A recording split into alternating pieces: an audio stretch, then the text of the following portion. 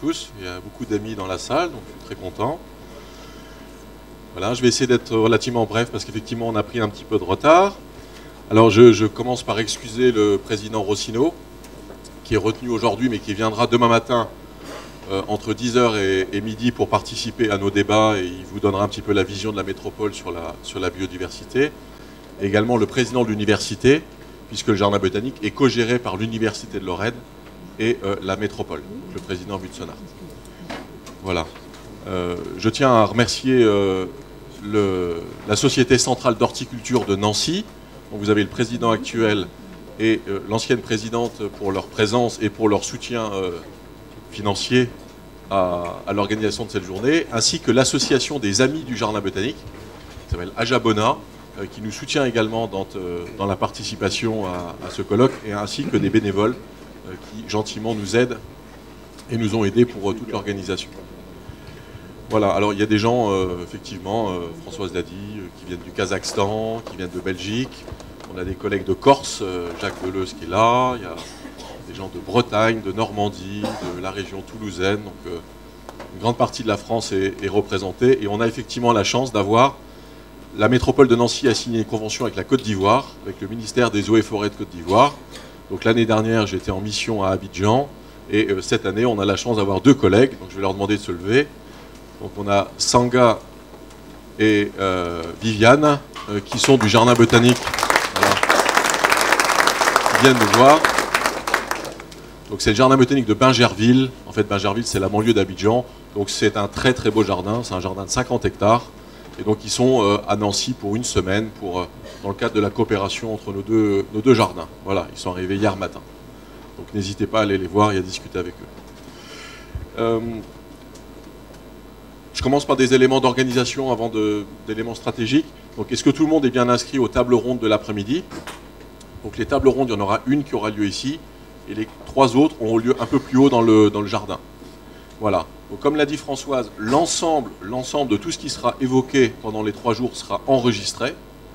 Tout ce qui est sonorisation, ça servira aux archives et ensuite à une valorisation, puisqu'il y a effectivement des enjeux stratégiques importants. Et l'ensemble des conférences sont filmées, vous avez 3 caméras au fond. Donc, lorsque le montage sera opéré dans les prochains mois, eh bien, tous les propos, toutes les conférences, chance d'avoir Robert Mallet qui va nous exposer ces lilas, et d'autres, donc on aura une mémoire en fait de tout ce qui aura été dit. Pascal Vieux sur le Finistère et les rhododendrons et les camélias. Donc on aura une archive en fait, ce sera en ligne sur le site du CCVS, sur le site du Jardin Botanique et certainement sur YouTube. Donc on aura une trace un petit peu de tout ce qui aura été évoqué pendant ces 3 jours à Nancy. Le repas de gala, pour ceux qui sont inscrits, donc le restaurant Excelsior, il est situé juste en face de la gare, c'est très facile à trouver. Vous sortez de la gare, juste en face, il y a un restaurant, c'est la grande institution nancéenne. Vous verrez, c'est un très très bel endroit. Les repas de midi, donc le repas de midi d'aujourd'hui, il sera pris au-dessus. On a une petite salle qui est dédiée. Et puis normalement, on a un petit peu de temps, une légère souplesse. Vous avez dans la salle des agents du Jardin Botanique. Donc vous avez Sébastien, par exemple, au fond. Tu peux te lever, Sébastien. Voilà, qui est un de nos botanistes et responsable de collection. Voilà, qui sera à votre disposition. Et puis on a d'autres agents, je ne sais pas si Karim est dans la salle. Donc Jean-François, quand même, qui est en retraite aujourd'hui, mais qui a fait 40 ans, lève-toi. Voilà, 40 ans de maison. Voilà. Et qui est allé au Kazakhstan, c'est un des plus grands spécialistes. Il a participé au congrès mondial des lilas en Russie l'année dernière. Il est allé au Kazakhstan dans le cadre de la coopération. Donc c'est un des grands spécialistes des plantes horticoles et notamment des lilas, avec son collègue au fond du lycée de Roville-aux-Chênes, puisqu'on a un lien très fort avec les lycées agricoles. Didier Debu, qui est là au fond de la salle, lève la main aussi, Didier. Voilà. Puisqu'on a ici un certain nombre de collections CCVS. Donc une, c'est les obtenteurs lorrains.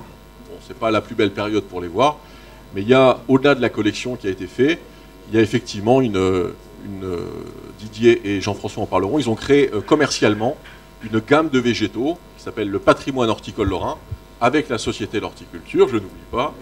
Voilà, donc il y a eu des débouchés commerciales qui ont été faites sur la base du patrimoine horticole, et ça a été développé entre autres par ces trois partenaires. Vous avez ici également la collection de myrmécophiles, de plantes myrmécophiles. une collection d'Aracé. Donc Geneviève est dans la salle. Elle est où, Geneviève? Lève-toi, Geneviève. Voilà, qui a voyagé à travers le monde. Une dizaine de missions, notamment avec des Américains du Missouri pour décrire de nouvelles espèces. On a également une collection de fougères tropicales. Et on a également, qu'est-ce que j'oublie? Les fougères, les myrmécophiles, les obtenteurs lorrains, les carnivores. Oui, effectivement, on a une collection de carnivores. Le responsable n'est pas là, mais la serre est faite. Voilà. Donc, en termes d'organisation, je vous ai expliqué les choses.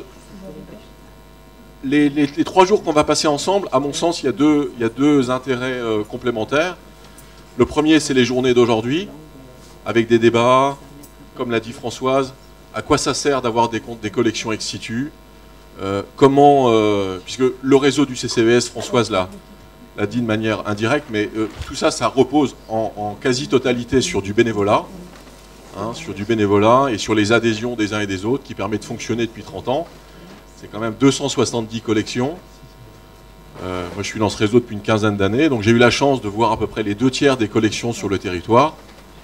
Donc c'est quand même un réseau qui est quand même très très important, et tout ça fonctionne globalement sur la base de bénévolat des uns et des autres. Et c'est vrai qu'un colloque comme celui-ci, et compte tenu de l'importance d'un réseau comme celui-là, je pense que ça mériterait un soutien un peu plus fort de nos institutions.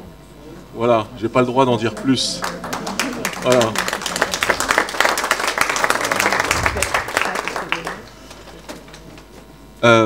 Oui, François, j'ai le droit de parler? Vous voulez dire quelque chose? Tu m'avais dit de rester soft, alors je suis resté soft. Voilà. Voilà. Donc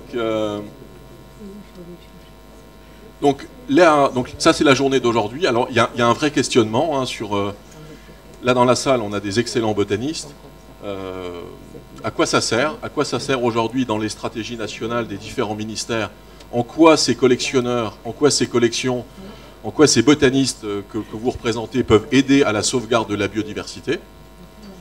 Dans 2 choses. Premièrement, leur collection proprement dit. À quoi ça sert d'avoir des camélias japonais? Est-ce que ça sert à la sauvegarde de la biodiversité?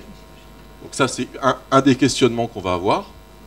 Parce que pour pouvoir effectivement être efficient et efficace dans la sauvegarde, il y a des règles, il y a des protocoles, des traçabilités, enfin tout un tas de choses qui font que ça peut vraiment être pertinent dans la sauvegarde de la biodiversité.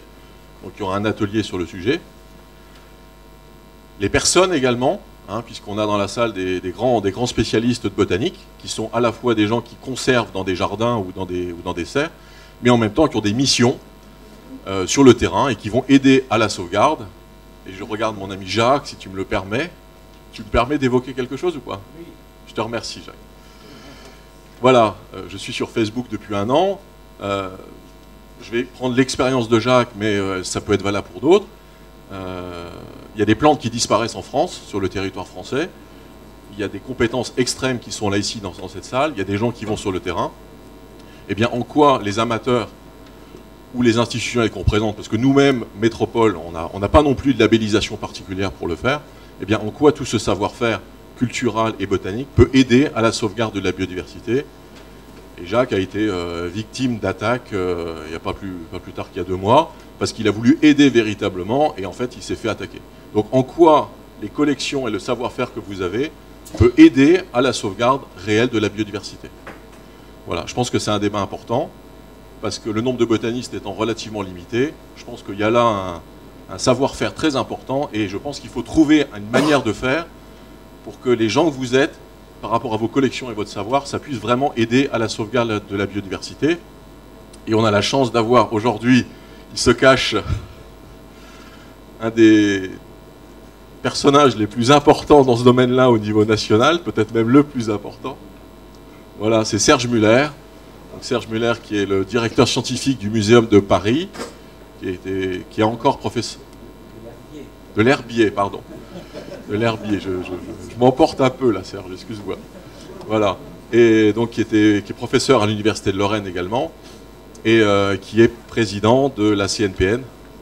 Conseil national de protection de la nature. Voilà, c'est ça. Et donc tous ces débats sur en quoi ça fait partie des choses qu'on pourra évoquer notamment avec lui, parce que vraiment je pense qu'il y a une belle chose à faire de ce point de vue-là. Voilà. Et la journée de demain, et de dimanche. Elle sera peut-être un peu moins stratégique, mais par contre, c'est à travers tous ces voyages que j'ai fait en France à la rencontre d'un grand nombre d'entre vous, j'ai fait des rencontres fantastiques, des passionnés, des superbes jardins, des superbes collections. J'ai passé des journées et des demi-journées à entendre les uns et les autres dans leur jardin, et je me suis dit qu'un jour, ce serait bien qu'on se retrouve tous ensemble, et que tous ces beaux discours que j'ai entendus en faisant les expertises, eh bien, on puisse le partager mutuellement.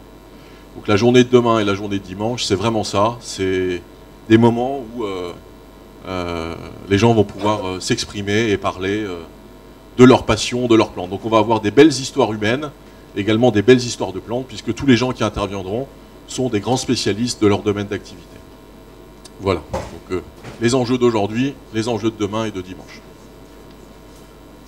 Voilà, qu'est-ce que j'aurais pu oublier? Non, bah, c'était l'essentiel de ce que je voulais vous dire. Voilà. Et on a la chance pour demain soir d'avoir la présence d'Aline Rénal. Aline, tu peux te lever, elle vient d'arriver. Voilà.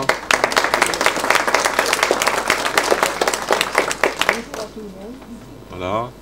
Donc Aline Rénal qui nous fera une superbe conférence demain soir sur l'illustration botanique.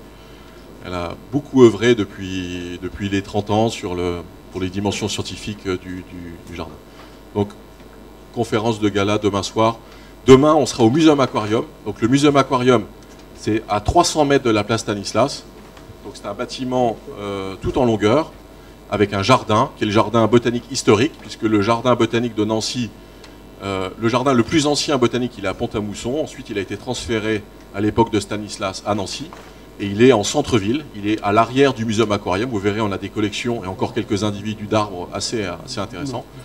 Et donc effectivement, en 72, 72 c'est le premier plan qu'on a dans nos archives, et bien à partir des années 70, l'ensemble des collections et du personnel a été transféré du centre-ville jusqu'à ici. Voilà, donc aujourd'hui, Jardin de Nancy, je vous en dis comme un mot, c'est à peu près, entre les stagiaires, vacataires et titulaires, c'est quasiment 60 personnes. C'est 50 hectares, vous avez 35 hectares ici, et on a une annexe dans les Vosges qui s'appelle le jardin du Chitelet. On a une quinzaine d'hectares avec une réserve naturelle, et il a été annoncé, donc je peux le faire aujourd'hui, ça fait 2 mois qu'on travaille dessus, le jardin botanique va s'étendre encore plus et on va récupérer 8 hectares de forêt. Tout le vallon forestier va être intégré au jardin botanique. Donc on va passer de 50 à 58 hectares. Voilà. Donc le pôle Lorrain, ce qui est l'équivalent du conservatoire botanique, ils sont basés chez nous. Et puis bah, des animations, des activités. Enfin, je vous laisserai, si vous avez le temps, aller découvrir un petit peu le parc et les serres tropicales. Voilà. J'ai essayé d'être le plus bref et le plus synthétique. Et ben, bon congrès à tous.